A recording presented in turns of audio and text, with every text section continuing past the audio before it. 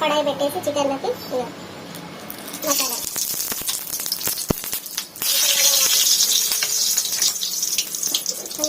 5-6 పచ్చిమిర్చి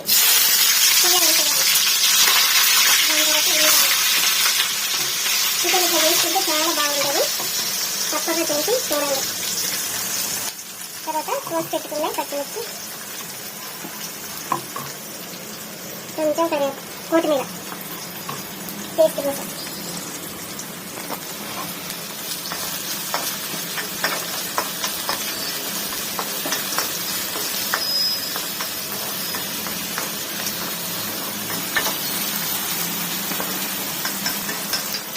ఒకసారి ఈ కడాయిలో చేసి చూసి టేస్ట్ చేయాలి, ఎంత బాగుంటుందో. చాలా టేస్ట్గా ఉంటుంది.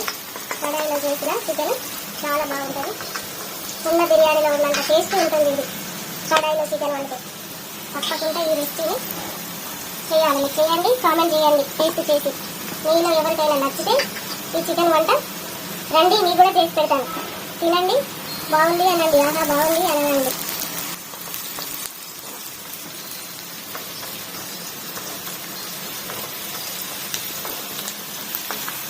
ఏ రెసిపీ కావాలన్నా చేసి పెడతాను, కామెంట్ చేయండి. ఈ చికెన్ బాగుందా లేదా అనేది మీరు తప్పనిసరిగా టేస్ట్ చేయగలరు. కొంచెం గల్ల ఉప్పు వేసి కలుపుకుంటే దీంట్లో ఉన్న అంత పోతుంది. నీసు అనేది రాకుండా బాగుంటుంది. నీసు ఉండదు, ఏది ఉండదు, ఇట్లా శుభ్రంగా అయిపోతుంది. ఎప్పుడైనా ఇట్లా కడిగి చూడండి. మీరు ఏది మామూలు వాటర్తో కడిగి చూసింది చూడండి. ఇట్లా ఉప్పు వేసి కడిగి వండిన చికెన్ చూడండి. దానికి దీనికి తేడా మంచిగా తెలుస్తుంది. ఇట్లా చాలా వరకు ఇట్లా మొత్తం పోతుంది. ఉప్పు వేసి కడిగితే ఎంత టేస్ట్ ఉంటుందంటే చికెన్.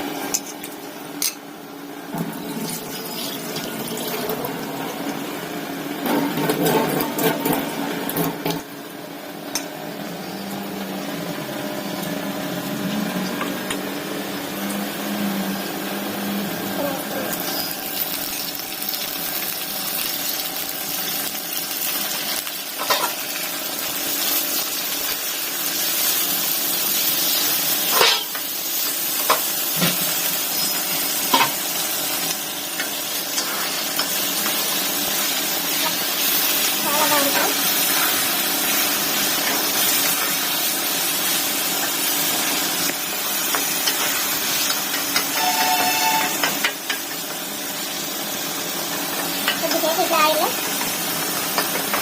ఉంచాలి.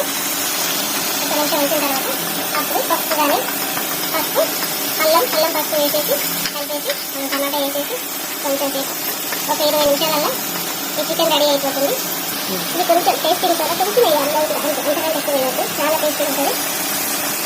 టేస్టింగ్ కూడా టేస్టింగ్ అనేది ఎక్కువ వేయద్దు. ఆ టేస్టింగ్ అనేది ఆ ముఖం పట్టుకొని బాగా టేస్టీ వస్తుంది. అదొకటి మీకు నచ్చి వేసుకోండి, లేకుంటే లేదు. నేనైతే వేస్తా, కొంచెం వేస్తే బాగుంటుంది. అది మీకు నచ్చితే మీరు గుర్తు తీసుకొని వేసుకోవచ్చు, లేదంటే వేసుకోండి.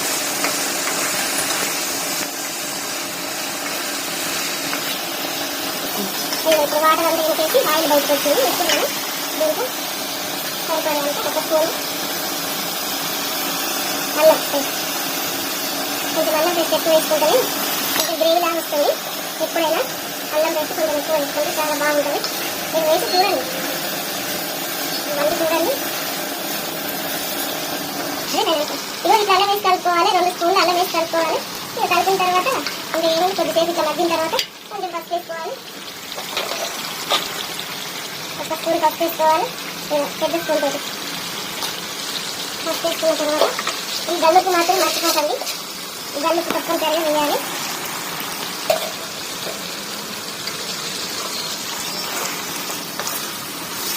ఆ గల్లు పెళ్లి చేసుకున్నామంటే ఇప్పుడు చికెన్ అనేది కొంచెం ఇది కడాయిలో తొందరగా ఉడికిపోయి ఈ ముక్క అనేది మెత్తగా అయిపోతుంది. అందుకని కొంచెం ఉప్పు వేసుకుంటే జర గట్టిగా బాగుంటుందని నేను అట్లా ఉప్పు అయితే నేను వేస్తా. చూడండి, మీకు నచ్చి వేసుకొని వేసుకుంటుంది. నేను చేసే విధానం మాత్రం ఇది. ఎంత బాగుంది.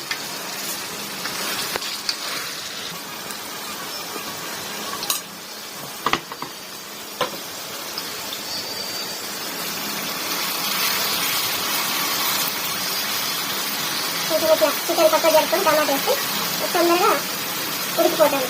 ఇట్లా నేను ఇట్లా వేస్తా. మీరు కూడా కొంచెం డిఫరెంట్గా వేసి వండి చూడండి.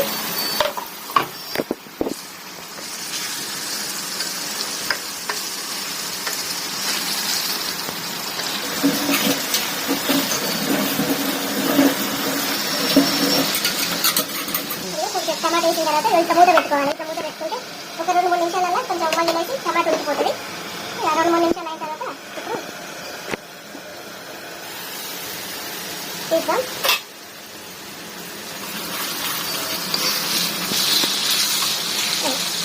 టమాటా తొందరగా ఉడికిపోతుంది.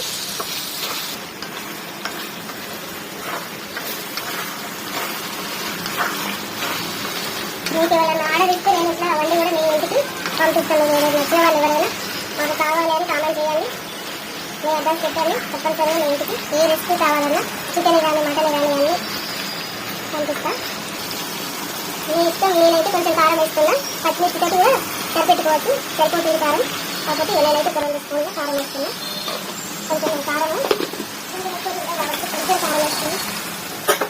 దాని తర్వాత కొంచెం వేసుకొని ఇంకా చేసిన రుచి తర్వాత మళ్ళీ సరిపోతుందా లేదా చూసుకొని వచ్చేసి ఈ ఆల్మీటర్ లక్ష్మీ రావు ఛానళ్ళలో కొంచెం లేట్ అయింది, వీడియోలు ఎక్కువ పెట్టట్లేదు ఈ మధ్యన. మా ఛానల్ చూడండి. చికెన్ పచ్చడి కానీ మటన్ పచ్చడి కానీ కర్రీ చూడవండి. మీకు కావాలని అంటే కామెంట్ చేయగలరు. మరి ఇక్కడ లోకల్ హైదరాబాద్లో అయిపోయింది. ఇంకే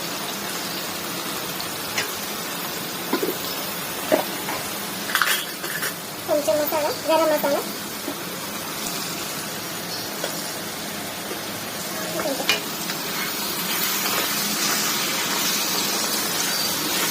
ఎందుకంటే అది కర్ర అయితే కాలకుండా ఉండదని ఎప్పుడైనా నేను కర్రతోనే కలపడం నాకు అలవాటు అయిపోయింది. ఈ కర్రీ చేసినా ఇది కర్రతోటే కలుపుతా.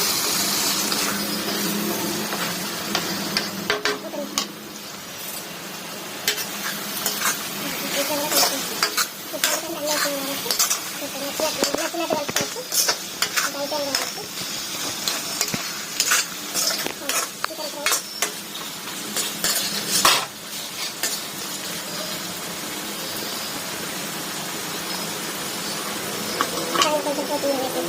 Chicken fry chicken curry fry ready.